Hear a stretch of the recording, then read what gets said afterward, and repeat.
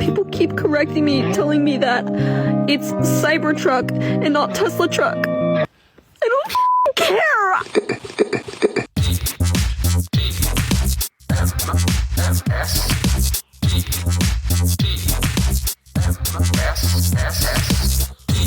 The morning stream. One way or the other, this war ends tonight. Morning, everybody. Welcome to TMS. It is Thursday, January 2nd, 2025. I am Scott Johnson. That is Brian Hibbett. Hello, Brian. Hello, and welcome to a brand new year. Yeah, that's right. I hope you're all over whatever hangover you gave yourself at home, you know. Mm-hmm. How about Brian? How'd it go for you? Did you have the juice of the morning? I did. I had a juice of the morning. I don't know why I called it that. Completely pulled that out of the sky. It feels like you were trying to remember that song from the 80s. That singer, just call me Angel of the morning. Yeah. Angel. You know, by Angel Newton. Yes, Angel Fig Newton. Yeah, I remember her. She was great. Fig Newton. Juice Newton. Anyway. Sort of. I had one Topo Chico. Oh, all right.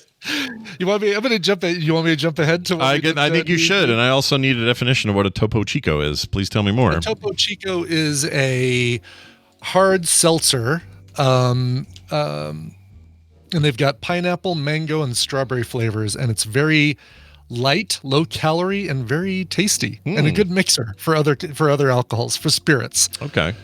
Is that what you did? Did you use it for that, or used it just straight out of the? No, I used it as a thirst quencher because nice Thursday. So I'll get to that in a second. Start out Thursday. Did a little freelance. We were going live with one of my client sites that I've been working on for like 2.5 months. Finally got all they were dragging their feet with content, so it wasn't me. Finally went live with it, and then I decided I'm going to go out and lift for a little bit because it's New Year's Eve. I have a great time lifting on New Year's Eve. People are usually in a really good mood. They're having fun. They're going out to parties and stuff like that. I'll say that half of my lift rides, I drove for about 4.5 hours and made close to $200. And about half of those rides were just people coming home from work like, yeah, no, I'm not going out tonight. It's going to be a nice quiet night. I'm fine with that. Which is mostly what I ended up doing. Yeah. So one of the people that I was driving came from way up north, and I had to take them down to downtown Denver for the Avalanche game. And traffic, for the most part, we weren't getting a lot of rush hour traffic, but once we got closer to downtown, we got a lot of traffic for the Avalanche. Sure. So things are starting to get congested, and he and I are talking about the game, and I was telling him, well, I don't go to Avalanche games, but we go to the Mammoth games, blah, blah, blah. And I've got some good space in between me and the car in front of me, and all of a sudden I hear, ooh. And it's the car in front of me screeching to a halt, but not fast enough, and slamming into the car in front of them. And of course I slam on the brakes, and a little bit of me going, but I stopped with about 2 or 3 feet in front of me, between me and the car in front of me. But then I look in the rearview mirror, because if I'm stopping abruptly, what about the people behind me? Mm-hmm. Car behind me, no problem, stops in time. Good. My passenger is like, dude, good job, man. I don't know how you avoided getting hit there. Like he was raving about that for the remaining 10 minutes of the ride, even calling his buddy who was meeting him at the game to say, dude, the guy driving my Uber, man. And he said Uber, whatever. Totally just avoided an accident. I don't know how he did. So after we stopped, I kind of pulled around to get around the 2 cars in front of me, which I knew weren't going anywhere. And there is a line of about 8 cars, some of whom had rear-ended each other, some of whom had stopped with enough time, enough space. But it was basically like, you saw the first car, and it was a car with his bumper off because he had hit the car in front of him so hard. Jeez. And then a few other cars, couple hits here, couple hits there. The car in front of me hit. So I drove around all that, and he's like looking, oh, those guys hit. Oh, those guys hit. Oh, man, that guy's bumper's off, you know. Man, imagine him at an actual hockey game where he's doing play-by-play. Jeez. Especially the Avalanche game that he went to was a great one. They beat Winnipeg, and Winnipeg's the current lead in the division. Yeah. So got him there, did a couple more rides, and had to stop by about 8 o'clock because I signed up for an Orange Theory New Year's Eve deal, which was they shut off all the lights in the room. They have black lights and strobes and things like that going. And you just do a special workout that they concocted for this. Basically, it was like on the rower, it was you go 400 meters, then hop off the rower, grab a Y-bell, and then do Y-bell squats 10 times. Then back on the rower, 400 meters off. Then you do 8 squats. Then back on the rower, 400 meters, then 6 squats, counting down 10, 8, 6, 4, 2, etc. Got it. And then doing the same thing with weights over on the weight side, and then the treadmill was starting at 10% incline and taking it down to 1. And it's wiped me out, did something to my shoulder to where I think it was the weights, like totally tweaked my shoulder. So I didn't go this morning. I'm going to try and go this afternoon. But at the end of it, they had the TVs on for the New York ball countdown. And so they handed us all like hard ciders or Topo Chicos, or they had Prosecco from Costco.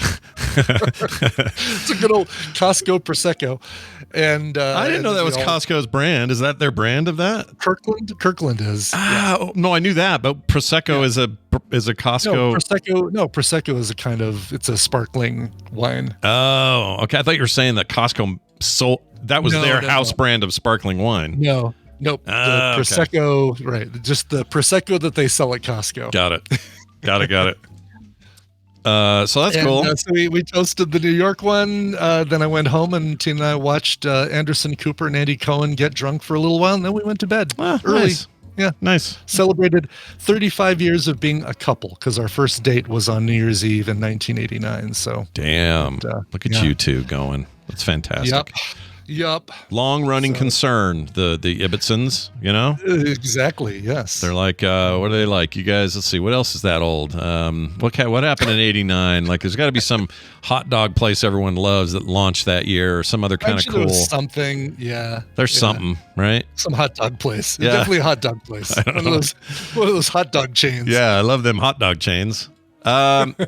It's funny. I've been going to the gym too, and something I noticed today that really is weird to me, and that is the name of the equipment in this place. I think is a mistake. So let me just show you something here. Okay. Here's an example of like some of their equipment. This is fine. Whatever this is. It's a free weight machine. They have all brands. All the machines in there are like this. They're all branded this, and the brand is right here. Hoist okay. Fitness. Now the problem I have with Hoist, or Hoist Fitness in general, is if you're not really looking, if you're not squinting at it, or if you squint at it, I guess. Sure. The H is a little bit like an M. Kind of M adjacent. At first glance, it could look like moist. Yeah. Yes. So when I walk in there, everything just looks like it's Moist Fitness, and that just puts me in a place. Yeah. Wipe down your machines. Don't be gross. Exactly. Don't be moist with your fitness. Use the provided towels or provided Lysol rags to clean things. I mean, off. the equipment's fine. No complaints. Yeah. But today I have. What's your typical regimen? Like, what'd you do today? Today was arms and chest, and as you can tell, let's see if I can shake here. If I hold up something too long, let's see if this happens. I'm shaking like crazy. Yeah. My arms are just. That, but it's good. Yeah. And that thing I was having with my shoulder, it has completely gone away after these workouts. Good. So apparently all I ever needed to do was lift some damn weights. Nice. So I took care of that. And then tomorrow is cardio, and I think we're getting the basketball court. Oh, cool. I think. So Kim and I will just shoot around and dork off for that second half or whatever. But. Makes such a difference when your wife goes to that with you, because number one, you keep each other accountable. You don't, it makes it harder for you to kind of blow it off. Yeah. And a spotter. You got somebody to talk to while you're on the treadmill. I mean, I talk to the people around me, but it's not the same. Yeah. I like a good spotter. A spotter? Yeah. I talked about this a little bit on a unpublished diary episode, but there was a guy there today who was they have a running track inside. And it's they have lanes for people who are just walking, joggers, and then the full-on sprinters are on this outside track. And it's all soft, like a nice, brand new, like I don't know what you call that, but so it's not as hard on your knees. It's not like cement. Nice. So you run around this thing doing your thing, and there was a guy in that line or in my lane who he looked like late 60s or something. And I thought to myself, this is great. Look at him out here. This is what we all should be doing. One day, when I'm his age, I hope I'm out here getting some exercise and keeping track of all that. And that's a good job. And then it hits me like a truck, like 1,000 dead fish at once. The stinkiest, fishiest, odory stink coming off this guy. No, coming from that guy. Oh, it was like, honestly, like a whale carcass, dude. Like just a big rotting fish. So we went around him and then tried to avoid him most of the time. And then like tried to time your run so he was always on the opposite side of the track. Yeah, we basically did. And he was slow, so our goal was to stay. If we got close to him, we would run faster and be on the outside and get past him.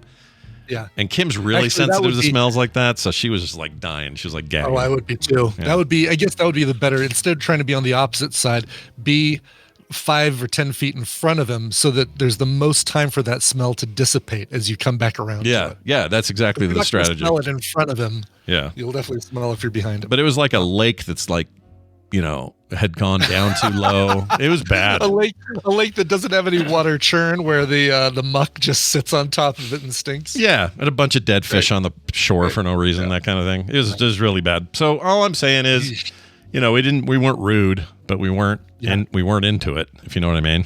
Yeah. Also, so on New Year's Eve for us, what'd you do on New Year's Eve? So we kind of did a combination of quiet night, busy night. So we went so everybody ended up leaving. We were supposed to have 2 of the littles overnight because we just were gonna do it, and that was gonna be fun. But Nick's little one, Ramona, had to go to the hospital. We thought she just had an ear infection. Turns out she has full on like baby flu.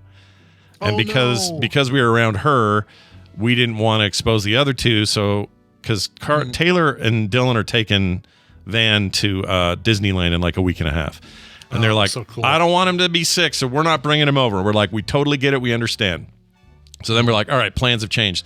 So we dressed up a little bit and went to Slackwater, which is a bar/restaurant. Love that place. About it here before. Yep, love it. Got their amazing nachos, got some wings, shared this weird chicken sandwich that's basically like the pizza crust is the bread, but then everything inside of it is like this crazy concoction. It was very good. So we got that, split that, and then I think a salad, maybe one other thing. I don't remember. Anyway, we get all that. Of course, we're not drinking, so we're just over by the bar. We got carded and didn't drink. So we get to watch other people drink, and that's fun because, I could watch this guy slowly go. He's watching some college football game, and he's just slowly starting to like lose his mind over there. Really? Yeah. Okay. So that was fun. But then the girl, she comes up and she says, this is before we ordered anything. She had the menus, and one of the menus at that place is always here are this month's specials. And it's always themed around Halloween in October, or themed around Christmas or something, the holidays. And different months, different stuff. And they're always really good to choose from. So I was like, let's see what we got here. And they had beignets. And I was like, Kim, you love beignets. Let's get some beignets. She goes, oh, I hate to be the one to break it to you. And I go, you don't have any beignets. She goes, we are all out of the beignets. And this is all New Year's related party stuff. Yeah. So I'm like, okay, well, just the one thing's gone. How about the pizza that you guys are only doing today? Oh, well, we're out of the So they're out of that again. Oh, geez. So I thought, well, there's no way a third thing won't be here. So I said these dry rub wings with the something Asian this, that, whatever it was. And I forgot the name of it. It was like New Year's wing something. And she goes, you're going to hate me. I'm like, why are you giving us this piece of paper then? Yeah, no kidding. What on here is still available? What do you still have? I almost said that. I almost said, okay, why don't you show me what you do have left on your menu? But I didn't do it. I just said, oh, that's fine. We'll just go from the main menu. Everything was great. Food was great. So we did that for a while. Very crowded. A lot of people around, having fun, laughing, very New Year's Eve-ish. But we know where our card is punched. We know that we need to get out of there before it's insane. So we leave at about, 9, something like that. And we go home, get comfortable, and we watched we were supposed to watch that new Carry On movie with the kind of Die Hard like thing that's on Netflix. Bateman, yeah. Yeah, and I've been wanting to see I've been it. talking about that too. It looks interesting, But looks it's good. reviewing well. People like it. It just feels very Die Hardy, and that's probably okay because I like Die Hard likes. But anyway, so we sit down to do that, and instead we watched back-to-back episodes of actually, I can't tell you what we watched because it's a future recommendal. So I'll say that we did a thing and burned through it so quickly that we then watched a bunch of old Monk episodes for no reason that we could think of except we're trying to stay up. You know, I don't like watching the ball. I can't stand freaking mainstream New Year's Eve coverage. I hate it. I like I said, I like Anderson Cooper and Andy Cohen, but then they like introduce some musical artist that I'm like, yeah, I probably don't need to remember your name. Yeah, it's not going to be important. And all that stuff streams now, so it's not like I can't get it. I can't stand it. So we didn't watch any of that. We watched Monk until midnight, rang in the new year, and then just went, all right, let's go to bed. That was it. That was the whole party. Really? Yeah. You managed to stay up till midnight. Good job. We made it till midnight, and it was while Monk was on, while I was also intermittently, because it was episodes I'd seen, I was reading my book and watching Monk, read my book, watching Monk. So when the clock rolled over, I was in some form of ADHD behavior of reading and watching a thing at the same time. I don't know if that's the best way to start a new year, but it's the way I started a new year. Okay? Yeah. All right. I think it's a very good way to start the new year. Why not? Actually, I think it's probably bad, but we'll see if it affects me poorly. What else? Oh, Brian, you went and saw the Nosferatu. I did. Yes. What'd you think of that? Very good. Really, really dark. In more ways than one. Like the whole thing you probably have seen from the trailers got a very, very muted color to it. I thought it was gonna be black and white, but it wasn't. It was in color, but very muted color in spots and very, very dark. Yeah. Your Mad Max boy, Nicholas Hoult, did very well. Yeah, I like him. Holy crap, Willem Dafoe was excellent, and it was an unexpected role for him. I hadn't read anything else about the film, so I didn't know what his role was going to be. I thought, maybe he'll even be playing Count Orlok or whatever. But holy cow, really a couple jump scares, really powerful jump scares, and a very creepy overall tone. Eggers does some great stuff with shadow and light that to kind of convey Orlok's movement, which is really, really cool. I don't know. We really enjoyed it. And you can always tell when we leave a theater and we're kind of quiet for a little while because it's like we're processing it. So, we were quiet all the way to the car and like, okay, well, that was good. All right, let's go see the kids. Well, I will definitely see it. I love Eggers, so it's a no-brainer. Yeah. It's just a matter of when I see it, I guess. But somebody was it Dr. Calhoun says he hated it. He hated it. I think Free Hotel Room didn't like it either. He was in here earlier and said Nosferatu sucked or something like that. Wow. He just popped in for a quick old man yell and then left, did he? A little bomb drop and out. All right. Whatever it takes. I mean, that stuff, that's a you'll know it if you want to see it or not. Right. Exactly. If you like The Witch and we did, then you'll probably like this. Lighthouse also great. You know what? Oh, Lighthouse is great. That dude, he makes this is funny. This is funny to me. So Eggers and that guy that made the Poor Things, can't think of his name. Yeah, Lanthimos, I think. And then the other guy. Anyway, what I was getting at is Willem Dafoe just seems to hang around the weirdos in Hollywood. Yeah. Oh, that's true. He hangs out with that guy too. Yeah. It's they're all in his movies, or he's in all their movies. Yeah. It's like he just hooks his wagon to a couple directors and.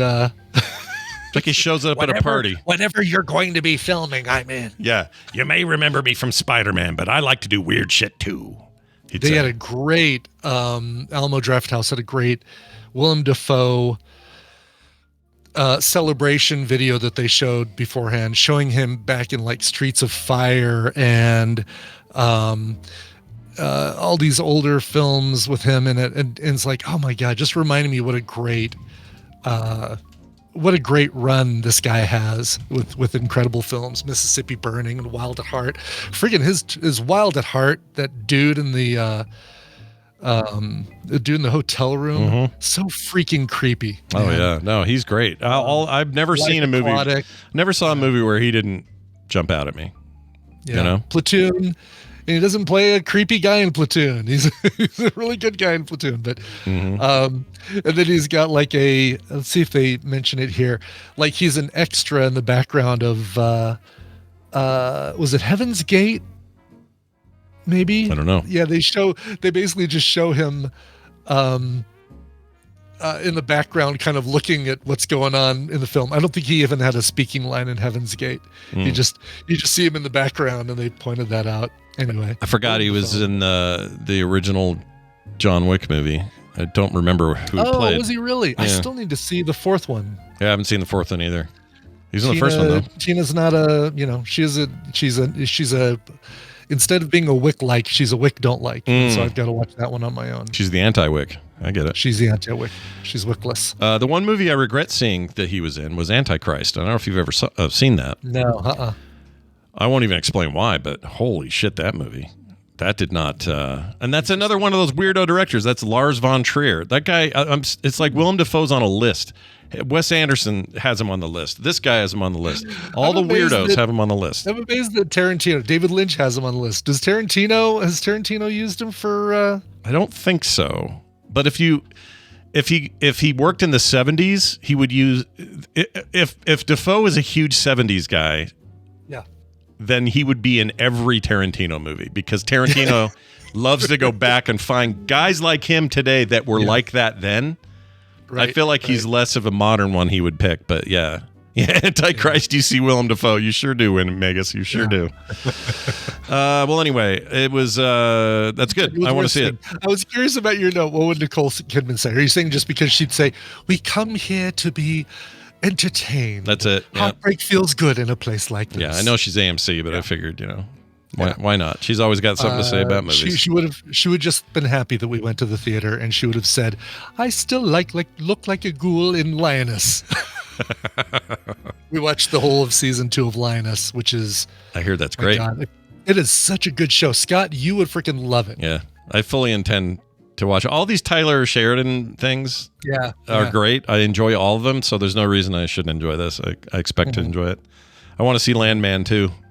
The Billy Bob Thornton thing. Billy Bob Thornton. Yeah. Over there, Paramount Plus counting on all their Sheridan properties. I've noticed they're really into it over there.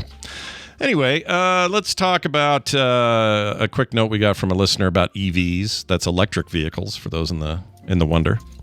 This is from Steve Schmetzer. You think that's his real name? Probably real, right? Probably, yeah. Right. Schmetzer. Yeah. Oh, there you put an H in there. I think it's just Schmetzer. Well, here's what he says. EV question for Scott and Brian. Hey, Scott, I remember you talking about getting an electric vehicle a couple of years ago. I believe you even mentioned the VW ID in the same segment. Have you thought about picking one up? I am not a car salesman. I just wondered if electric vehicles are in your future. Take care, Steve. Well, I can answer this and say that whatever's next for us will likely be an EV. I don't know when that will be. My Passat is paid for, so we're not in a rush, and we're also not in car debt, which is nice. So I'm kind of like letting some stuff suss out with the alternate brands. Like we're no longer living in a world where you're just looking at Teslas. Right. Now we're looking at a ton of options, including possible VW options. I like what all the Korean automakers are doing. Honda's got some, what is it called? Prologue. Looks pretty cool. Haven't seen that. Brand new, I think. Maybe this year, maybe its first year. So there's a lot of, I feel like we're now getting to the stage where a lot of the mainstream solutions are going to be present, and we can all make decisions based on a broader choice variety. So I think this year might be the year we maybe start looking, but I'm not sure we'll end up with them by the end of the year. I don't know. What do you think, Brian? It's definitely going to be happening for me in 2025. The Hyundai Ioniq, and I've been watching Consumer Reports for the last 3 years, and just watching them rave and rave and rave about the Ioniq 5. So that is likely going to be what I pick up. Nice. And I've been talking to people about, because my plan was to buy it, obviously. like what everybody's been saying is it's still early enough in the growth of EVs, battery expansions to consider leasing. You'll pay a little bit less, but the more important thing is when it comes time to sell your EV after 4 years or 5 years or 6 years or whatever, your battery range is going to be like, yeah, I can get 200 miles on a single charge. Well, the current models are getting 600-700 miles on a single charge. Right. So your resale value on EV drops dramatically in this early stage where things like that are improving. So for me, it's probably going to be the first car that I lease ever. I don't think I've ever done a lease that I can think of. I know there's a lot of arguments against leasing, but you just made a pretty good argument for it. So yeah, my dad would be like, what do you, well, 5 years ago, 10 years ago, my dad would have been like, what are you talking about leasing a car? I don't lease a car, you buy it. Yeah.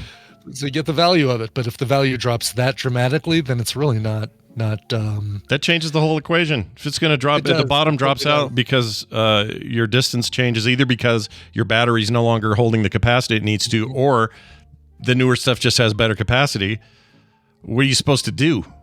You just eat it, and I don't want to eat it. I don't want to eat the cost. No, let me lease it, and then in 4 years or 3 years or whenever my lease runs out, then I'll lease something else or I'll buy something. Yeah, or if it worked out so well that your car you leased is running great, you could buy out the rest and just say buy out the rest. Exactly. Yeah, I think that's possible. I'm happy with it. Yeah, I think that'd be all right. I'm with you. Everyone tell your dads. All the dads, shut up. Well, I'm waiting for the emails that come in that say, oh, never lease a car. What are you, crazy, Brian? Don't do that. You're nuts. Yeah, my dad Calhoun says, Hyundai just started making the Ioniq 5 in the USA, so it's now available for the government tax credit. Oh, I know. Because the friggin' lease prices I've been seeing are $200 a month or $199 a month or something. That's all. Which is the other thing that makes it really enticing. Yeah. In this economy, geez. For sure. Okay. Yes. Well, now that's interesting. Yeah. 2025 might be the year. We'll see. Yeah. It'll be for me, and I'll let you know how it all goes. Yeah. Let me know. You know what? Beta test guinea pig Brian. We'll try it out first. I'll do it. Yes. We'll see how it goes. My pleasure. Hey, check this out. Sharks and coconuts again. We got a message with an image. I always like these. So if you're at home, if you're home listening and you can't see this is the image we got. This came from, did it say, he didn't leave his name. It says, for TMS, coconut shark debate, while on vacation in Maui in 2021, I never saw a shark warning sign, but I did see this one. And it's a falling coconut sign on a actual tree. Just one, though, falling coconut. And you think they could just get that coconut out of the tree and not have to worry about it. What I love about it is he's staring up like someone says, don't look at the eclipse. And he's looking at it. Yeah. That's great. Yeah. Yeah. I mean, one would think if this was on the tree, I assume unironically on the tree, they fall and you could get hit. So be careful out there, kids. All right. What else do I see? Zoomy fingers. Let's see. Do I see anything else that's worth? I don't think I zoomed around enough, but there. We need a theme song for Zoomy Fingers Johnson. Can somebody please write a? I got questions about this up here. Is this an antenna or is that some sort of? I feel like it's a windmill that we're just seeing from the side. Maybe. No, maybe not. Might be. This house has an interesting bunch of color blocking going on. Little picnic table. This guy looks like one of us. Got a friendship Apple Watch and a. Yeah, and I think he's got the beefy watch too. Yeah, strong band. Yeah, he's got some cargo pants. I think he's holding what is that? He's holding an old condom. That's what we'll say there. And he wears New Balance. Got New Balance on. Good shoes. I like those. I think that's about all there is. And a dead body. Just kidding. There's no dead body. A dead body. All right, well done, everybody. Time for the news. Let's get into it. Here we go. Brian, it's the news, and it's brought to you by TMS Fridays. A way for this show to happen again on Fridays with all kinds of special stuff just for patrons. Come join us. Become a patron at patreon.com/TMS. That sounds great. We're going to be doing that tomorrow. Yeah. Quick note about timing, though. It's going to be at 8:30. Half hour earlier than usual. Brian's got a thing we want to make sure we work around, so just come half hour early. All right? Yeah. I'll put up the live stream tonight so that people on the Patreon know where it is and how to get to it, and you guys will be all set. All right. It's funny that I'm about to read this because I just saw an episode of Monk where this happened. My wife's into Monk right now, so that's why we're saying it. That's why I started watching. Yeah. Gotcha. Hold on, let me get rid of Tree Guy. There we go. There you go. There was an episode about a chess player that killed his wife or multiple wives. Anyway. Oh, gosh. Yeah, it was quite the episode, although they still kind of made it funny somehow, but whatever. Quite the gambit. So our first... The Queen was not involved, however. Yeah. World chess number 1, Magnus Carlson, that's his name, quits tournament after refusing to change his pants. Specifically jeans, yeah. He likes wearing jeans, and they said, sorry, rules of this thing is no jeans. And he said, well, F off, I'm leaving. So the chess grandmaster of the world, who was defending his title at the FIDE World Rapid and Blitz Chess Championships in New York, when this happened. Officials said Carlson had broken the dress code regulations by wearing jeans, and they asked him to change. But the 34-year-old refused. Governing body FIDE or FIDE, I guess it's FIDE, FIDE, I don't know. Yeah, don't know. Fide. Oh, probably. It's probably based on the Latin for truth, which is fidelis. So. Oh, okay. Fide. All right, maybe? that works. I don't know. Said it had issued the reigning champion a $200 fine. Is what that costs. I guess you have to pay when you wear your pants. Yeah, like this isn't casual Fridays here, dude. I guess not. Yeah. I honestly, I don't know, but I'm sort of on his side because I don't think anyone gives two shits if he's wearing jeans. Like, who cares? It's just jeans. But I don't know. It's like the prestige of the chess championship. You know, it's like, what can I compare it to? Does it need to be prestigious? Like, is it supposed to be? It's chess. This ain't checkers, man. I play chess all the time. A Settlers of Catan tournament. Yeah, but Scott. I played chess a ton. Me and my Korean brother sitting there in our underwear playing chess. Like, well, you're not doing a championship. Yeah, no, but that's my point. You can play in your underwear at home, of course. I don't think it makes him any less of a grand. Weird, but okay. It doesn't make him any less of a grand champion if he's wearing jeans. Like, I don't know how that makes any difference. I don't know. It feels like I can't think of something to compare it to, but it feels like you want to maintain the dignity and the sanctity of chess. You want to dress at least as well as everybody in the audience. And, well, that supposes, and this is where I have an issue with it, that supposes that there is a dignity or sanctity to the sport of chess, and I don't know that there is. Is there? And like some inherent, like, oh no, wear your Sunday best of the chess tournament. The sanctity of it, you know what I mean? Like, I don't know if that does that exist. Maybe it does, and I'm just out of it. I feel like chess still has that. Yeah. All right. Yeah. Dignity and sanctity in chess. Is it dignity and sanctity? Sure. All right. That's totally fine. I can't think of another game that has the, that I would expect that from. But when I think about chess, I think of the pomp, the prestige. It's a thinking game. It's a several steps ahead kind of game, as opposed to like, Magic the Gathering. Wear your jeans to the Magic the Gathering tournament. Yeah, that's what you wear your jeans to. You should wear your jeans there. Sure. Governor, let's see, where is it? Carlson, world champion between 2013 and 2023, so he's held it this long. Said he had a lunch meeting before the round and had to change quickly. I put on a shirt, jacket, and honestly, I don't even think about jeans, even changing my shoes. He told the take. The hell's that? What's the take? Take. Is that a newspaper? Because it's a shitty name. I don't like it.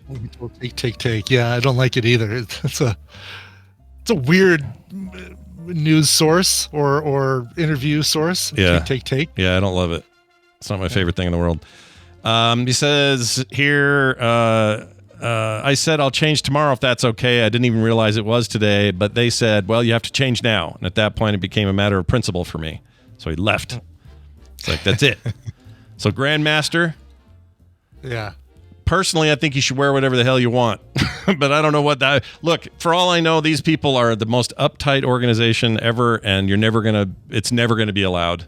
I don't know. Yeah. But this is the same issue I have with BYU, not letting people have beards or... I feel like that feels like a different thing. I feel like, it's your championship. You can make people wear whatever you want to it. And if it's something as prestigious as chess, then slacks, Dockers. Couldn't the school BYU could say the same thing? Sanctity of the educational of the thing. You can't wreck the sanctity, they'd say. Sure. Talia says, "Yeah, Brian, wear your pearls to clutch." Can I long for the days when people dressed up to go on a plane and they weren't wearing the pajama pants? All right. Now like this I agree with to a degree. Wait. So now there's no. the sanctity of airline travel stuff? No, to a degree. To a degree, I have to finish the sentence. To a degree, I agree with you. All right. I think that there is a wide chasm between formal dress and sweatpants. So if you could just have people meet us in the middle. I'm not saying there should be rules. I'm not saying anybody should force them to. What I'm saying is I would really like it if more people would wear at least something not so adjacent to sweatpants, because that annoys me too. I don't like it. Okay. Or people that take their shoes off. I hate that. That kind of thing. Cargo shorts, okay or not okay to wear to the chess championship? Totally fine. Just wear cargo shorts. Why not? Cargo shorts, fine. So I'm trying to figure out where the line is. Yoga pants? Sure. I'm saying they should be able to wear whatever they want to the thing. Even pajama pants. Yeah, they should be able to. I don't think it would be.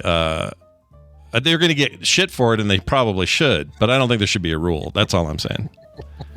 Do you understand what I'm saying? Like, I don't understand why you feel one way for airline travel and not the same way for a chess. I feel the exact same way. There shouldn't be a rule. You should wear whatever you want.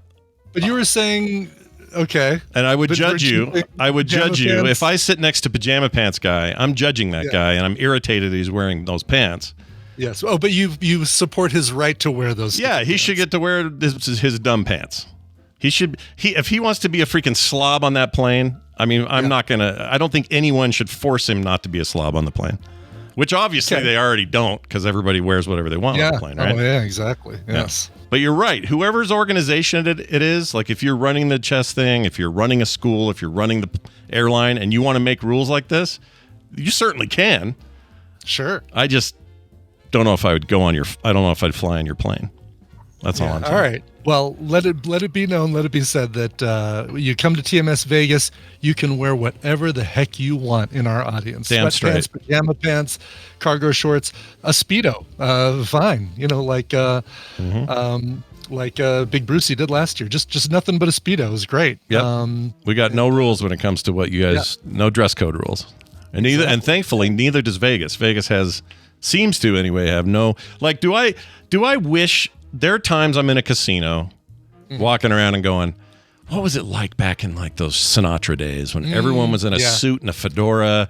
Yeah, you dressed up to go to the casino. I mean, you know where you still get that kind of a little bit is, at least it's been 10 years since I've been on one, but on cruise ships, usually it's like, oh no, you're coming to this dining room, nothing less than a jacket, suit jacket and pants. You don't have to wear a tie, but you do have to wear a suit jacket, because they don't want the cargo short. Oh, am I alone in here? No, you're still in here, right? Who, me? I'm here. Oh, there you are. Yeah, okay. I wasn't hearing the background music, and I didn't see your little icon up at the top. Oh, yeah. No, you're fine. But yeah, cruise ships, they try and keep the riffraff from their cargo shorts in certain dining rooms and things like that. So I'm trying to remember ours in 2022, what they did. I think Kim and I brought fancy clothes for the dinner nights, but I can't remember if everybody in there did or not. I don't remember. I remember it being pretty dang good, and I remember our waiters were Mario and Luigi. That's funny. They was not their real names, obviously, and they were from Singapore, but they love telling us. They love going, I'm a Mario, this is a Luigi, and they do the voice and everything. Nice. Those guys are great. I hope they're still. Aha! Here's your food. Ooh, here's your little steak medallion. Woohoo! Let's see here. Scientists built tiny VR goggles for mice. Finally. Been waiting for this for a long time. Yeah. Humans aren't the only ones getting into the virtual reality craze. Scientists have debuted a new technology that allows mice to more realistically and adorably experience VR in the lab. Researchers at Cornell University developed the tech, which they've aptly named mouse goggles. Okay. That seems a little easy. A little on the nose. Yeah. No pun intended there. Sure. It says, in experiments with mice, the rodents appeared respond vividly to simulated stimuli while wearing the goggles. The innovation should make it easier for scientists to run animal studies involving VR. I don't know why mice, though. They can't really tell you how they're doing, right? No, but they can. Guess what are they trying? What are they trying to track with the VR? Like heart rate, or let's see. It says pleasure centers of the brain. Is that what they're monitoring? Because you're not going to say, "I really felt like I was there in that forest." It says as funny as the idea sounds, there are actual applications for it. Says the article. Ideally, VR can allow scientists to simulate naturalistic environments for mice in more controlled conditions. Right now, though, the most commonly used setups are pretty clunky, and mice often are placed onto a treadmill while they are surrounded by a computer or projection screens.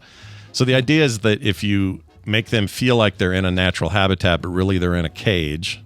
Like, I don't know what the end result of that is. Like if they're seeing if they're calmer because they're not in a cage and they're kind of seeing other things around them. So it's probably for testing. So like if you've got a comfortable mouse who thinks he's out in the wild, and now you're doing other experiments on it, it will be more chill, so that the experiment can say, all right, we took a relaxed mouse and did this. Like, this doesn't feel like it's in favor of the mouse. This feels like it's in favor of us and more testing. Do you know what I'm saying? Like, this isn't good for the mice, because the mice don't need it. When is animal testing ever good for the mouse? No. I was trying to find like a silver lining and go, oh yeah, the mice are eating better. They've improved their lives. Hell no. And it's not like this is going to be applied to like, all right, we finally figured out a way to make mice happy. We're going to give them all little VR headsets. Yeah. It's for us. It's always for us. Anyway, I guess their heads are kept fixed to goggles while they are fed unusual visual stimuli to see what their responses are. Is there a picture of this? Let's see. Yeah, I'd like to see what the little. Oh yeah, that is definitely not it though. Is it? Oh no way, dude. I think that's it. Holy shit! That looks like that's got to be it. Because when they said fixed, I thought they meant it was wrapped around their little heads. No. So they're just basically what's holding. So really, something's holding the mouse to the goggles as opposed to the other way around, because that thing is like heavy. Yeah, it's like big. It's at heavy least AF. I mean, we're talking like it's size of half a phone or something. It's pretty big. See, there any more? No, that's it. That's crazy to me. But think of it this way. You could have a scenario where, imagine a chicken farm. I don't know if you've ever been to one, but they're disgusting and they're huge. That's what I hear. Yeah, I saw the videos for the documentaries about all the meat processing and fast food and all that sort of thing. They're all like mashed in there and so close to each other, which is the whole point of like open range is better. Imagine though a future where all the chickens have their own little headset. And they're like, I'm in the wide open nature. I can say that because I can see it. It's great. So it's the Matrix for chickens. Yeah. And then the Matrix. The Matrix. And then it tastes better because the meat's less stressed. See? It's a softer. I think that's where we're headed, you guys. Chickens, VR. Let's do it. And the little rooster Morpheus says, you want to take the blue pill or the red pill? They'd be more like want to see how far down this rabbit hole goes? Yeah. Chickens are too stupid to get it though. They'd be like, "Caw!" And that's it. They just sit there. All of a sudden I'm a raven. Yeah, I'm a raven. Never more. Check this out. A Rolls-Royce driver driving a Rolls-Royce like you do got arrested for a DUI and possession of a monkey. Oh, haven't you always wanted a monkey? This is from the CHIPS patrol people over there in California Highway Patrol. Appreciate the CHIPS. They made an unusual arrest on Monday night and confiscated a spider monkey. They said that this dude's Rolls-Royce was a Rolls-Royce Ghost. I guess that's a car. I guess that's a model. Hadn't heard of that before. Okay. It was north on Highway 99, north of Avenue 17 for excessive speed. The driver was allegedly driving under the influence and was arrested. Marijuana was also found in the car with a spider monkey. It is believed to be 1 month old. Now, I think you can have... So California is a legal weed state, but I don't think you can drive with it. I mean, not on it, but obviously you can't because that's impaired. But I don't think you can have it in your car. That's no. It looks like possession of an exotic animal is what it says on the bottom there. Well, right. I'm just talking about the weed though. Like the weed. I'm sorry. I thought I was talking about the monkey. Yeah. Side note: if you're in California and you're driving on the highway and it's legal there, can you drive with some in your glove box, or is that illegal? I would think that you could.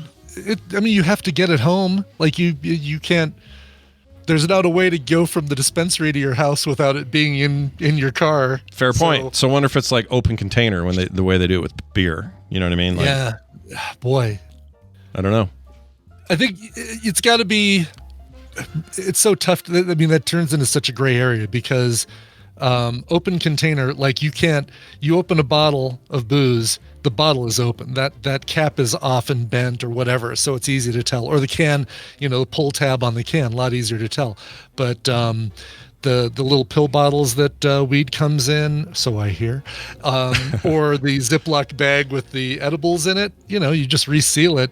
Yeah. You can't really tell open container versus closed container with pot. Yeah, good point. So if you got a bag of this that you just purchased in the back seat, you're probably fine.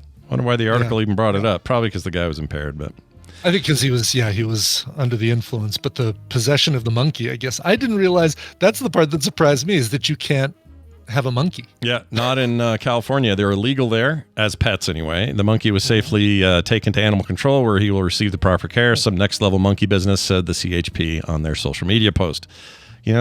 Cops like making jokes on their social media. Have you noticed that? Yeah. Oh yeah. What a hoot. They just want you to know what a fun bunch of guys they are until they give you a ticket. Sure. Maybe the weed is for the monkey. I don't know. I'm curious to see. Let's see. Which states is it legal to have a monkey? I guarantee one of them is Minnesota based on that documentary I watched. I'll bet you that's in there. Or Missouri. Sorry, not Minnesota. Missouri. Missouri is where is Missouri on this weird map? Missouri is legal. You can have a monkey in Missouri. Yeah. Minnesota, Wisconsin, Nebraska, Missouri, Kansas, Arkansas, Texas, Florida, of course, Florida, North Carolina, South Carolina, Connecticut, and West Virginia. Okay. But Colorado, Utah, nope, illegal. No monkeys. Georgia, Louisiana. That must have changed. When my dad was in his 20s, he owned a monkey. But I think that law hadn't been enacted yet. Mm-hmm. It's the one that kept pooping down his shirt. He had to get rid of it. And the states I just mentioned, legal without a permit, and then there's a few that are with a permit. As pets. So if I wanted as pets, okay, yeah, North Dakota. So you have to get a permit in the Dakotas, Wyoming, Nevada, Oklahoma, Mississippi, Alabama, Tennessee, Virginia, Delaware, Indiana, and Michigan. They have a whole department dedicated to monkey permits. Monkey permits. I'm sure they do. You'd have to have something in place, some kind of bureaucracy to do with that. Yeah. You probably have to bring a picture of the monkey you wanna own, so they can make sure it's a a good monkey to have. It's it's PMD, DMD, the Department of Monkey. No, that's two departments. It's two departments. The Department of Monkey Department. Yeah, it'd be Department of Monkey Pets. DMP. DMP. Yeah. The dump. I'd work there. Yeah. Sure. Yeah. You go, I got demoted to the dump. Sir, that's an ape. Yeah, the whole thing with that ape movie that Nicole originally recommended and then I ended up watching on HBO. Chimp Crazy? Yeah, Chimp Crazy. Yeah. The whole thing's set in Missouri, and they have like the most laxed laws in the country when it comes to having tigers and whatever you want. You can just get it while you're in Missouri. For whatever reason, they're all down with like endangered species. They don't give a shit. Just have it, keep it, let it bite your face off. The whole shebang. All right, well, that'll do it for today's news. Now we're going to take a break. When we come back from this break, my sister Wendi will be here, hopefully with an email that she maybe has forwarded. Has she done it yet? No. Maybe she'll just read it. I don't know.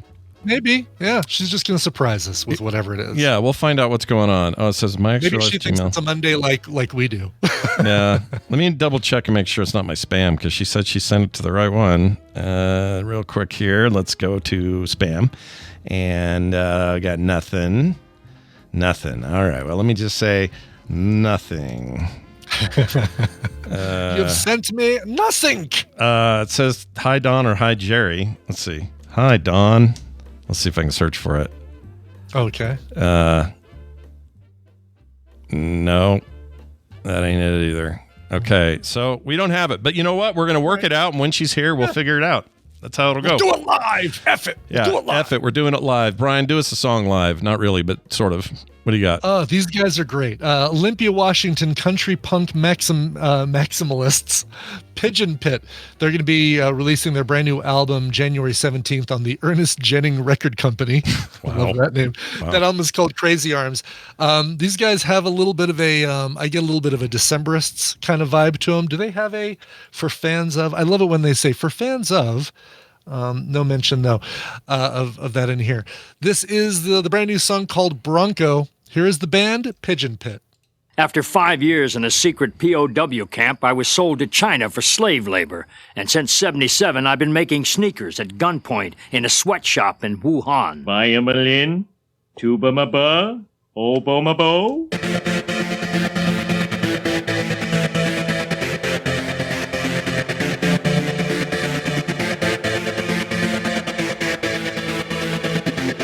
And we're back. Who was that one more time?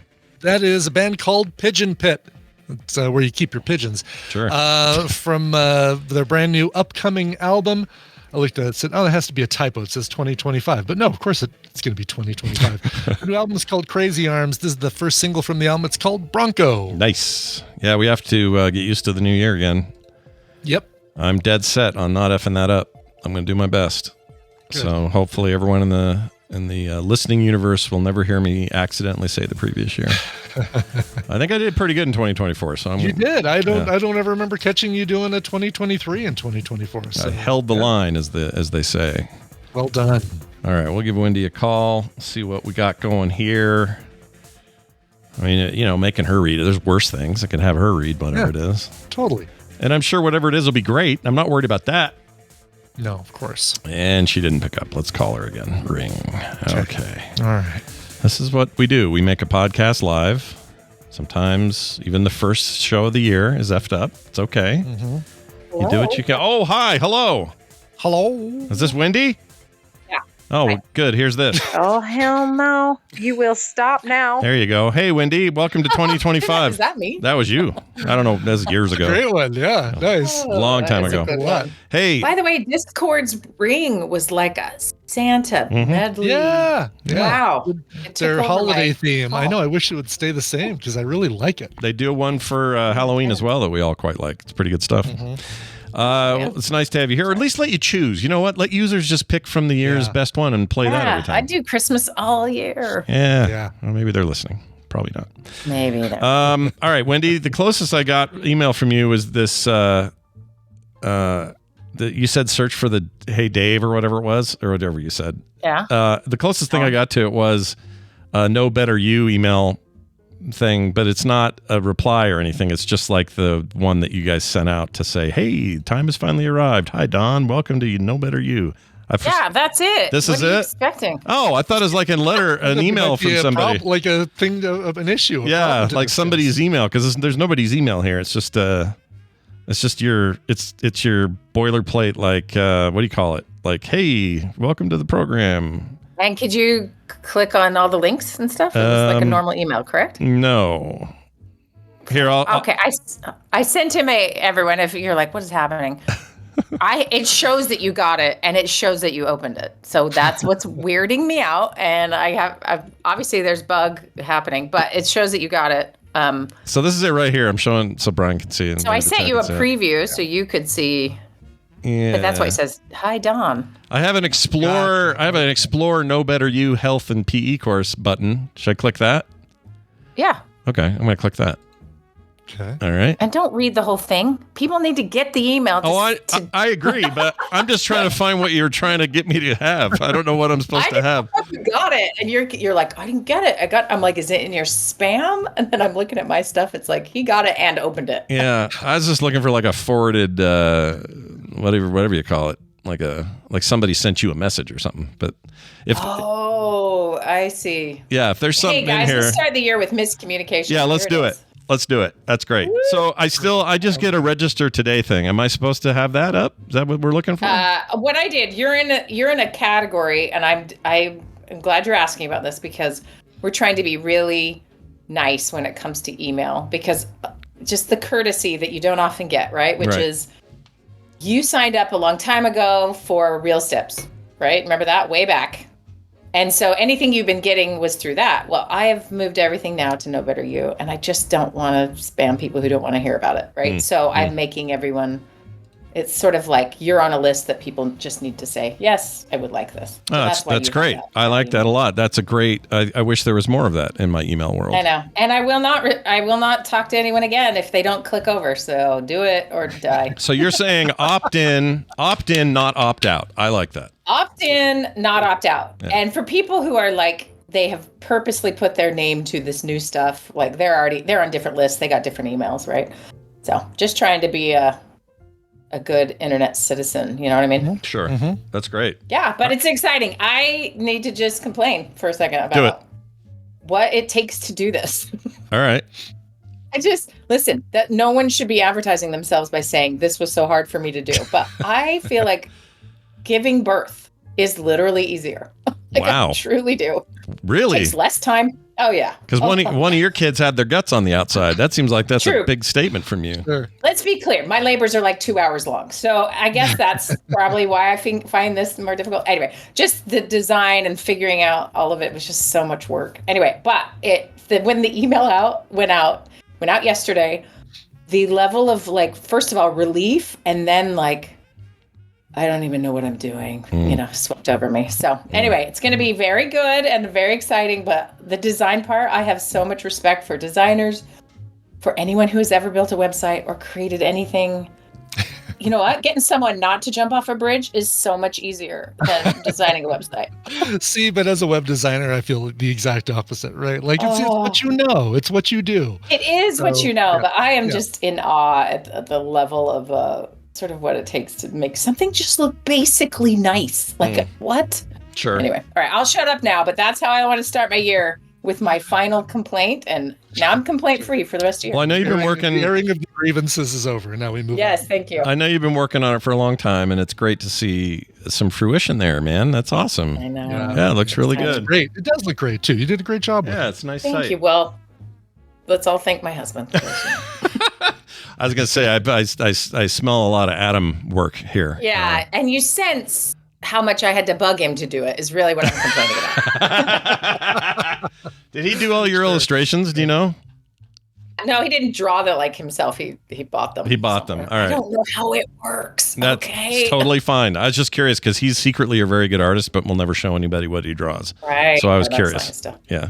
No, right. I at one point I thought I should get Carter to do all my work. And I've learned you can switch images out, guys. Did you know this? Pretty Yeah, easy. you know what? That's the amazing. internet is crazy that way. How you can switch images around? It's insane. Turns out. So What's great anyway, is when somebody links to your image and you change out, you can change the image out to anything else, and it changes on their website too. Yeah. what? Crazy. I know it's kind of. I feel 100 years old. However, let me just say this: the actual.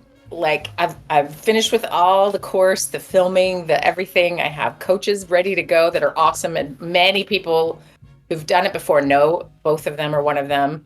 You guys know Logan, right? He comes to TMS Vegas. Anyway, Little Logan, like Logan's mom's Logan, little Logan. Oh, which Logan? I don't know. Oh, we know multiple Logans. Yeah, you know multiple Logans. Yeah. Logan. Why does his last name skipping my brain? Logan. I'm so tired.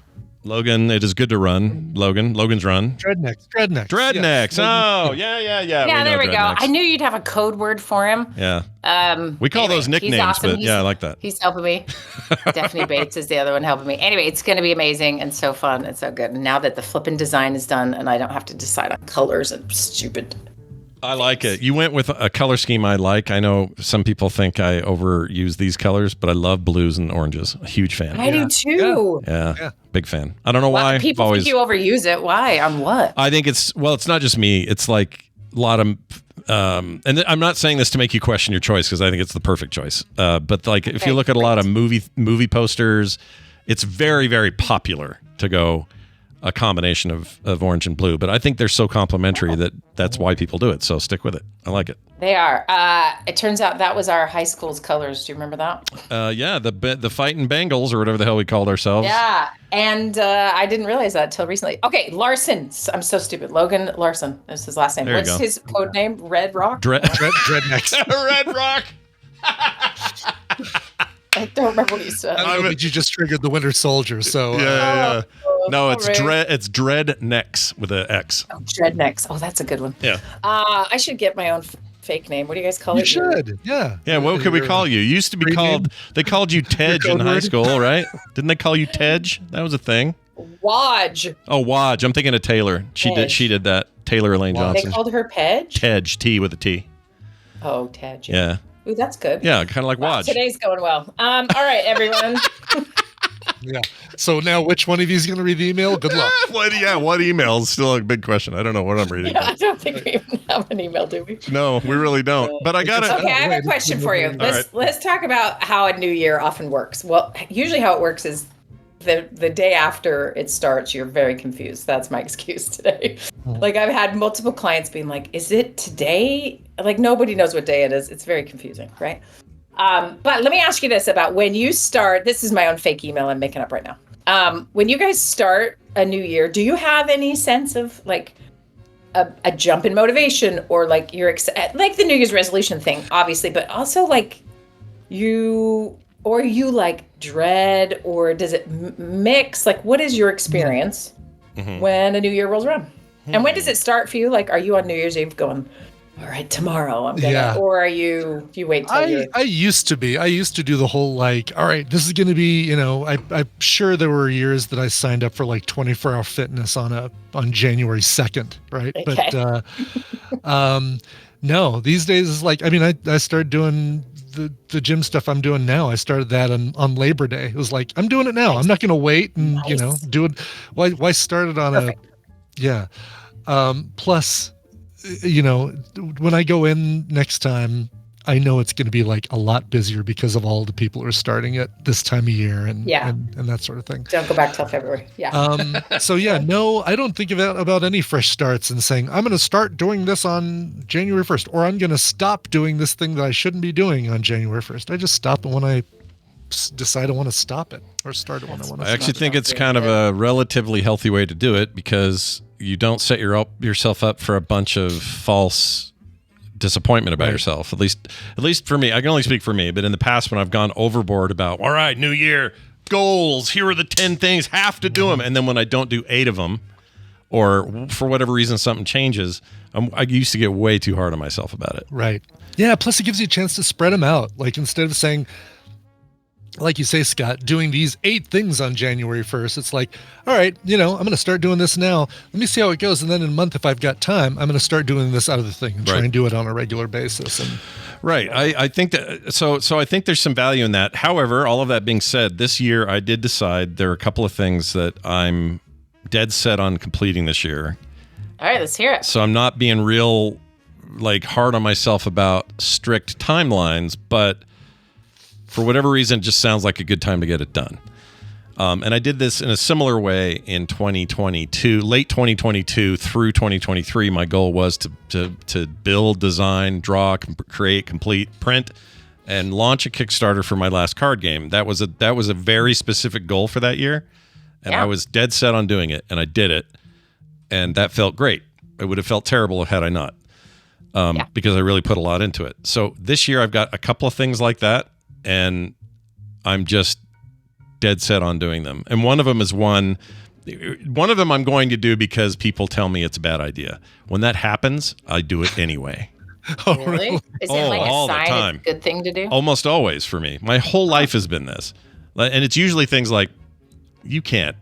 Like this show started because someone told me I couldn't do a morning show. don't tell me what I can't do. They said, you can't do a show every morning. And I went, oh yeah, watch this. And then we did it. So, and we're what, 13 years on? Freaking, I think we did all right with the plan. So it's like that sort of stuff. I cannot stand when people who aren't actually creating anything tell me I shouldn't create something. Freaking F right off is what I say to that. And I go, do it. So this is a year where I'm going to, whether it kills me or not, I'm going to make at least quarterly, maybe more frequent, but I'm going to make this Frog Pants magazine thing I want to make. I'm going to make a zine, like a 90s ass, freaking print it if you want to. Here's a PDF if you want it. Zine with like movie reviews, music reviews, cool art, interesting commentary, a bunch of people contributing to it. That kind of thing. I want to make this so bad. And I had somebody go, well, it's not the 90s anymore. This isn't really viable on the digital wear. And I'm like, oh, yeah?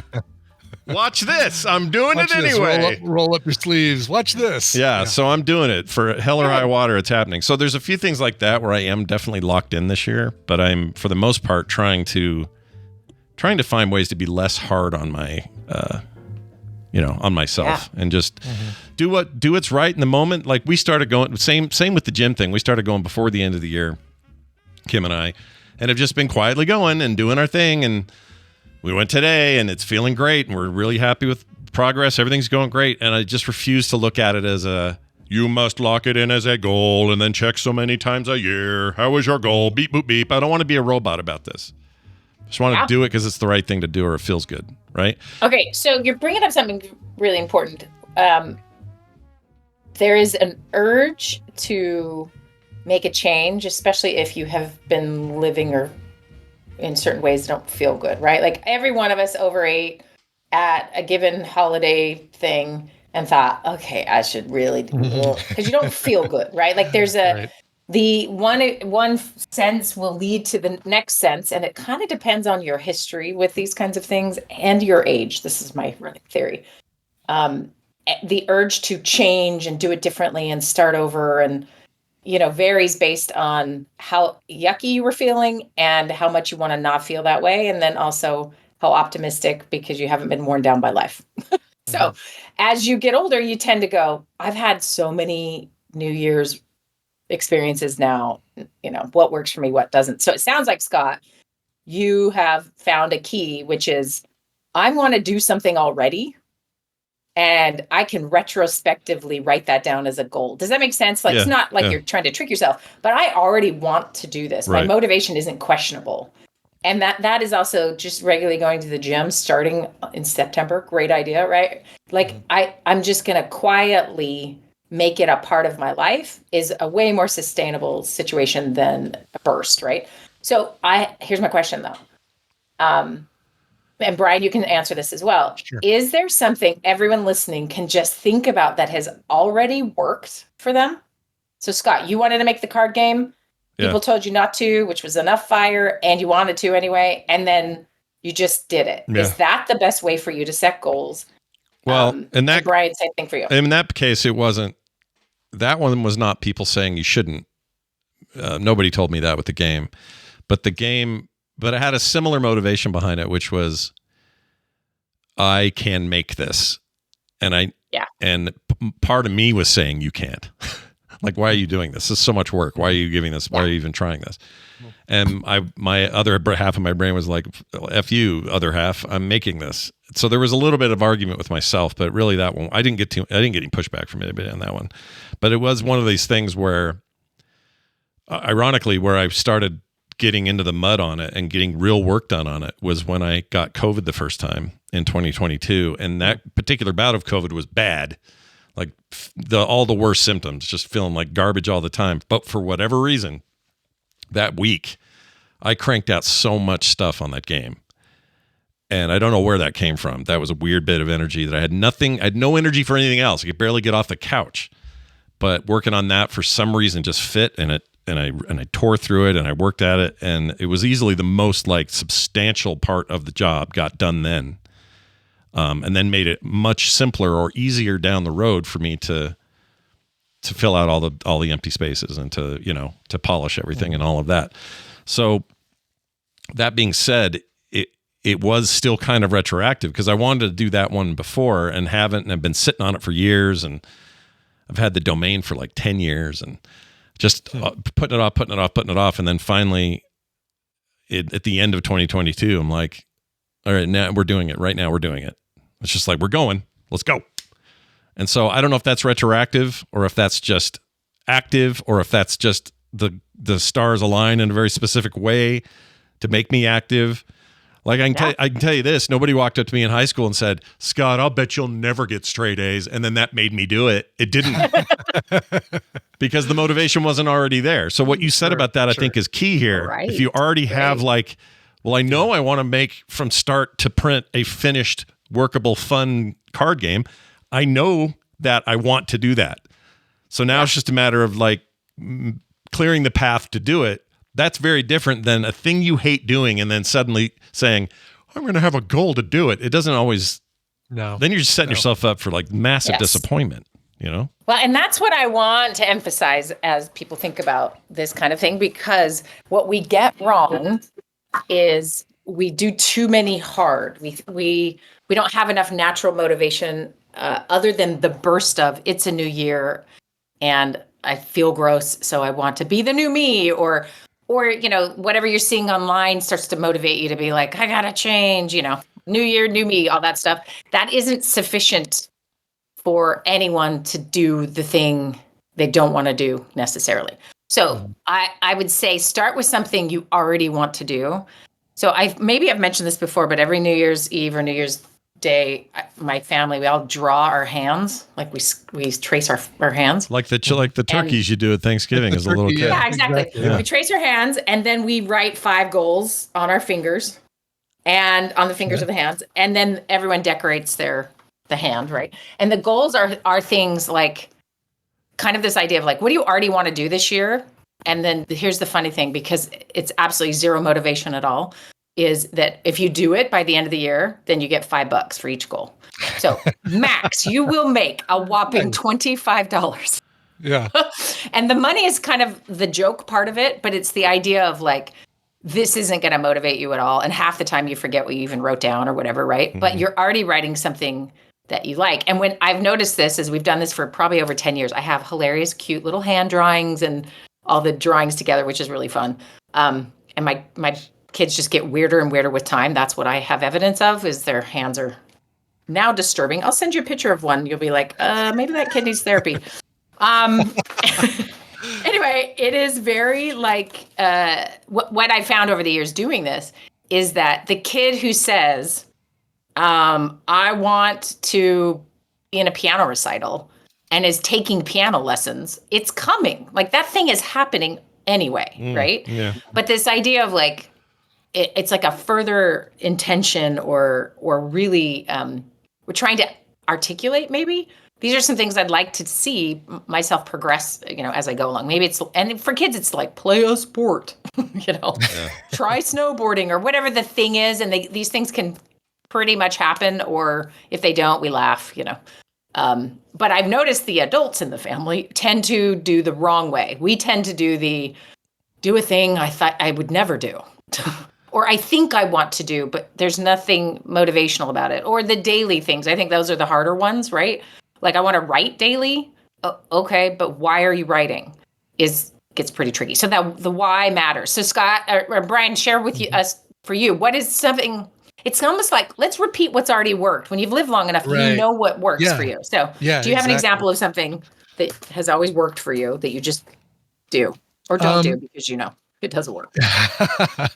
I mean, the big one that obviously we already talked about is just not starting it on a specific date. Just start it right away, or say by this time next year, I want to be done doing this or doing that. I almost said, I want to be done doing X. I'm never going to be done doing X. Doing things like, I want to be done lifting by the end of this year, right? Like have enough, podcasting stuff and stable client base to not have to pad it with driving around for a few hours a day, every week, or things like that. But it's more like I'm starting it now. I'm not going to wait until, this is something I want to do. I'm going to wait until February 1st, and that's when I'm going to start doing it. That's never worked for me. Yeah, there's something arbitrary about, it's just human construct anyway. Like, what is it? A year is something we made up. How we tell time every day, 24-hour clock, the way the calendars work, it's all iterative of over time, but for the most part, it's all human made. And really the only thing that we can count on is the sun goes up at this time and it goes down at this time. And so we kind of work around it accordingly. Plus, you're motivated at the time that you say you're going to do that. That is when you need to start doing it, not 2 weeks later because it's the first day of the month or the first day of the year. Yeah. If you're motivated enough to say you're going to do this, do it while you're motivated to do it. And saying all of that, which I agree with, I also think there is some value in demarcation for some people. Certain personalities want to say, I can't I'm feeling this way on a Thursday. I'm starting Monday. This is happening. I think that's an okay thing to have. You get your little fence posts. Sure. Yeah. Sure. Which is why I'm saying, look backwards. What has worked for any given individual in the past? And then try to recreate some of those pieces, right? So I will always meet someone for exercise. I like the social component to work out is super motivating for me. Yeah. And so I can know if I ever want to train for something, I got to train with somebody. Like that's just a known fact because I've done it enough to know that, right? Or I know that I will never love mornings. So I'm going to let go of that idea that I need to get up and, that's someone else's goal. That's someone else's deal. That isn't you. So look at your own stuff and look at what's worked. So sometimes, so we jokingly put down yesterday a couple of things like do the dishes. And Adam's like, I'm done. I've done my goal for the year. I did the dishes, like you need to reward yourself a little bit, but also like, what is something you're already planning to do this year? And then make that what you want it to be. That might be the actual effort. Like, okay, I would really like to go on a weekend away with some of my friends or with my sister or something, right? You have that goal to do that. So what you do is just plan it now and start thinking of things to make it better. Whatever other things you wouldn't normally sort of have the time to do, you just make that maybe the thing you want to do. So I would advise everyone to look backwards first to see what you've done successfully. And some of those things you may never even have thought of as goals. You may have never thought like, oh, I got to do this hard thing and I'm going to write it down. And we know from research for you to do a goal, you really need to write it down. And you need to make it easier on yourself and you do a bunch of things to make something like that happen, right? Yeah. However, I think we are dopamine driven species and we need to have some rewards while we are trying hard things or trying to change things, right? Yeah. So look at how you've been successful in the past, see if you can't implement that in to whatever you're thinking you want to do this year. And then I highly recommend this as well. This is, I'm just telling you what my family did yesterday because I got nothing else. Is we always also write down what our family wants to do that year. And it's really fun to like, it's stuff we haven't even thought of. And then we write it down and then we just try to make it happen. So something fun, right? But then this is the one I love is we do predictions for the next year. Yeah. And so my kids are crazy and say weird things. And like last year, Pete said he believed the New York State would change their flag. Why? That's a weird one. I don't know. Stuff like that makes no sense. However, we were reading through them. We got so many things wrong. Yeah. I thought Taylor Swift and Travis Kelce would be engaged. I mean, what do I know? And we do a lot of sports betting and songs of the year and that kind of thing. And Adam always has one that's very gloomy and he's always correct. So he predicted the war in Ukraine, weirdly. Oh, wow. He didn't specifically say all the right parts, but he was like, there will be a major war breaking out with Russia and someone. And I was like, come on, you are so negative. And then 3 months later. Anyway, but his prediction from last year, I forgot, because of course we don't read it till the next year, was that a major U.S. political figure would be shot. Oh, wow. That happened. I'm like, dude. I know. Jeez. Anyway, so. I don't like his predictions. No, they're always so negative, whereas mine are like. Counters, yeah. The 49ers will win the Super Bowl. But just kidding. Right. My prediction this year, though, is that the Vikings will at least go to the Super Bowl. Yeah, you think so? That's some pretty high hopes you got for your Vikings. I know. Yeah. There's this hilarious comedian being interviewed. He has bet $1,000 every year that the Vikings would go to the Super Bowl. And he's done it for 25 years. Oh my gosh. Wow. Well, they did beat who was living in a land of disappointment. I know. They won. We're all prepared. They beat the Seahawks, or who was it? Seahawks? Yeah, Seahawks the other day, the day before Christmas, and then who is it? The Packers beat them though. I don't know, man. No, we beat the Packers. Oh, did you beat the Packers? Oh, you're right. You did. About? No, you did. You did. Look at you. You're a true Vikings fan. Holy crap. Know. My next door neighbor very sad that day, by the way. Oh, sorry. Here's the thing about this is you get into whatever, but I didn't see this coming. But there's something about never actually winning anything that makes you like a fan really fast. Is that weird? It should be the opposite. But I'm a fan of losing. Yeah. And camaraderie about that. Anyway, so it's hard not to join the Vikings because that's all they've ever done is disappointed. Well, yeah, it's a little like post '90s jazz here. Like we had a moment, totally. we had a moment there, and then it was gone, and Malone and Stockton left, and then everything went to poop. And I'm tired of hearing that we're in a rebuilding year every freaking year. Yeah, for 20 and years. we thought that's what the Vikings year was rebuilding. And look at us, 13-2, you guys. Look at us. Yeah. Here's the thing. I think this ties nicely into psychology. So my childhood exposure to the Jazz in the 90s is trained me for only being fans of teams that disappoint you and never win. So Even when they should. Even when there's a moment in time where they're like, this is our one time we could take this ring. In fact, even when 2 they years have in a row. the greatest receiver of all time. Yeah. I mean, I love Jerry Rice. Don't you get me wrong. I love the 90s.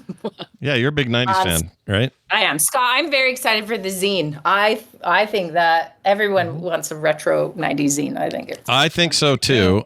It's not even meant to be so much retro as it is like, here's a movie review from TV's Travis. Here's Brian's review of this new album from The Cure. Here's, we get personalities from around the network doing stuff, but also just, I want to go back to like a arts and entertainment vibe of like, hey, and it's not even that nicely printed or whatever. I want it to just be that. So I hope I get to do a Ask Wendi section, like the old days. We totally could do that. Do you want to do that? Because I can make that happen. Okay. 100%. All right. But it's got to sound like a 90s question. So whoever writes in, make sure you speak in 90s vernacular. If Bill Clinton claims that he didn't have any relations with that girl. Yeah, we go all the way back. Right. All right. This is great. I think everybody, you know what? There's a big takeaway today. Don't over goal yourself with stuff that you already hate. Like find what you love and then find a way to maybe turn that into something great. And I don't know. Yeah. I think repeat your success strategy too. Like you may not even know you've done it, but think about it. What have you done that you're like, yeah, that was great. Yeah. I like Take the formula, add it to this new thing you want to do. Let's do something fun. Do something fun. Wendi, it's always a pleasure. I hope that your turkey hand next year yields all positive, correct. Yeah, I sent you the images so you. Oh, you did? Let's see. How we're doing? I missed it. And let me do a plug that's a little more professional now that I'm warmed up. Who did this one with the robot fingers and stuff? Who did this? That's any guesses? That's got to be Pete. That's Pete. Okay. Here you go. Pete, guts on the outside. Dunford. Look at this. That should be his. Oh shoot. That should be his. Like his. I don't know. His mobster name. So cool. Yeah. Look at that. This is another one you need to like turn into Scott. Like do the real more realistic Scott art. Yeah, I would love to do that. Actually, maybe I will. So cool. What do you think of this one? This is who's the one with the bandages? That's Elliot. Elliot. Okay, because he's always healing from something. That kid. He's always healing. Probably. Yeah. Now this one, I got questions about. Hold on. It's just the middle finger. Who is this? This is. Oh, that would be funny. Yeah, it would be. Just somebody does a so the one with the face on it. Is this Abe? With the face? Okay. Yeah. It took him. I had his attention for 2 minutes. That's all I got out of him. Nothing from. There are other years where you would be like, that kid needs help. Did Allie do one? Nothing from Allie this time, right? Oh, I could send you Allie's. It's just a really bad drawing. I mean, I like really bad drawings. So okay, well, I'll send it to you, and you will be like, okay.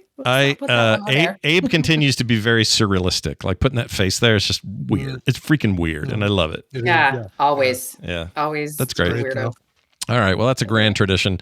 Send that just whenever you're able. There's no rush. And Wendi, I hope you have a grand new year. I hope all your goals are met. Stop! I have to do my pitch now. That do your pitch. Yeah, do your pitch. Communicating. Okay. Hi, everybody. It's Wendi here. Yeah. Wendi made a goal last year. She wrote it on one of her fingers. She wanted to start a new program, and she has done it, folks. All right. Yeah. So nobetteryou.com. Go sign up for emails. The actual live website where you can do all the things is, coming. But the class is starting February 3rd, and that's not all there will be there. So if you're like, yeah, I'm not interested in learning how to stop yo-yo dieting and like myself again. I don't care to feel good in my skin again. that is maybe not for you, but there's going to be a lot of other things that are courses on sort of healing inner child wounds, which is my favorite, and how to make relationships better, and just sort of all the things. Really what it is I have realized that I could teach something to 30 people and they could take away the things I've learned after 25 years of doing this, right? Mm-hmm. Like I just want to make it a little more accessible to folks. And so that's what it is.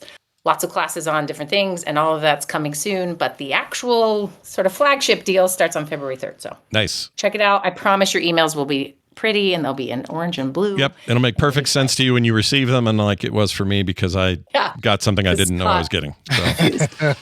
And if you're confused, please send me an email, because I would also, if only Scott is confused, I will be thrilled. But if anyone else is confused, let me know. It is No Better You, the letter U there at the end, .com. NoBetterYou.com. Go check it out. Wendi, have a fantastic week. We'll see you next time for more. Thank you. Bye. All right. That's hilarious to me. All right. We did it. We got through yet another Thursday. This week, obviously, a little, all over the place with Playdate yesterday and all that. That's up for viewing if anyone missed it and wanted to just go watch us laugh and have fun. Cool. You can watch the Playdate, yeah. That game we played in the end, the 2 rounds of that, I freaking love that game. Blather Round, it's such a blast. Really good. I can never remember the name, but I love it. Love that game. It's good. Good time. Brian, tell us about Coverville. Is that happening today, this week? It's happening at some point today. This is going to be, I'm still going to do it live and stream it, but the episode is going to be... for patrons, it is The Leftovers. So we did the end of year Coverville countdown, counted on the top 40 covers of the year. Make sure to check those out. They were great episodes, a lot of fun to do. But there were all these songs that didn't make the cut. There were 41 through 68 that you guys didn't get to hear. So I'm going to do an episode that has all those songs in it, just so you can hear what was still really good, but didn't make the top 40. Love it. That'll be coming up at some point. I've got an Orange Theory workout today. Gonna have lunch after that, so probably closer to 2 p.m. today, maybe 1:30, 2 p.m. is when I'm going to be recording that. And again, if you're not on the Coverville Patreon, make sure you go check that out, patreon.com/Coverville, and put in your $2 there, and you'll get every episode like that I do. Nice. Also, Core today at noon. That will happen in a couple of hours. Myself, Bo, and John. What are we doing today? Why, it's our best of 2024 episode. Oh, fun. Yeah. Cool. Bunch of categories. We pick our game of the year. I mean, who cares about GameAwards.com? Come over here and check this out, man. That's today at noon. So check that out. Frogpants.tv if you want to watch the thing happen live. If not, you can check it out later. Of course, wherever you get it. Play Retro tomorrow. We also have a morning version of this show, TMS Friday, that will happen tomorrow at 8:30 a.m. This is for patrons only. So if you are not a patron, you will not get it, but it will be live. We even play the song live. It's all kinds of stuff we do on there that we don't do in the and trivia for Scott tomorrow.